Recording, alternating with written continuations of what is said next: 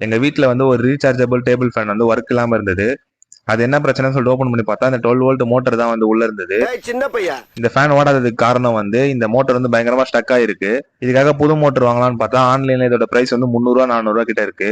எனக்கு ஒரு ஐடியா வந்துச்சு, இந்த மோட்டரோட நீடில் தானே டைட்டா இருக்கு, அதுக்கு வந்து நம்ம ஆயில் யூஸ் பண்ணலாம் அப்படின்னு சொல்லிட்டு ஆயில் யூஸ் பண்ணி நீ நினைக்கிற மாதிரிலாம் ஒண்ணும் இல்ல. அதனால லூஸ் பண்ணி விட்டா நல்லா சுத்த ஆரம்பிச்சிச்சு. இப்போ அதுக்கு வந்து நான் பவர் சப்ளை கொடுத்து இது ஒர்க் ஆகுதா அப்படின்னு சொல்லி செக் பண்றதுக்காக அதை டைரக்டா வந்து நான் சால்டர் பண்ணி அதோட சார்ஜரை வந்து கனெக்ட் பண்ணி ஆன் பண்ணி பார்த்தேன்.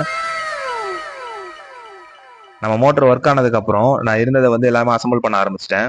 எல்லாத்துலயும் ஸ்க்ரூ போட்டுட்டு அதுக்கப்புறம் உள்ள வந்து பிசிபி போர்டு ஒன்று இருந்தது. அதுல இருக்க ஒயர்ஸ் எல்லாம் வந்து சால்டரிங் பண்ணிட்டு அதுல இருக்க சுவிட்ச்கான ஒயர்ஸ் எல்லாம் வந்து கனெக்டர்ஸ் கொடுத்துருந்தாங்க. அதெல்லாம் வந்து பக்காவா கனெக்ட் பண்ணியாச்சு. கனெக்ட் பண்ணிட்டு போர்டை உள்ள வச்சுட்டு ஸ்க்ரூ பண்ணியாச்சு. இப்போ பேட்டரியை கனெக்ட் பண்ணிட்டு இதுக்கு சார்ஜ் இல்லை, ஸோ சார்ஜ் போட்டு இதை ஆன் பண்ணி பார்த்தா இதுல இருக்க high mode and low mode ரெண்டுமே வேலை செய்யுது. அதுக்கப்புறம் இல்லாம இதோட எமர்ஜென்சி லைட்டும் வந்து வேலை செய்யுது.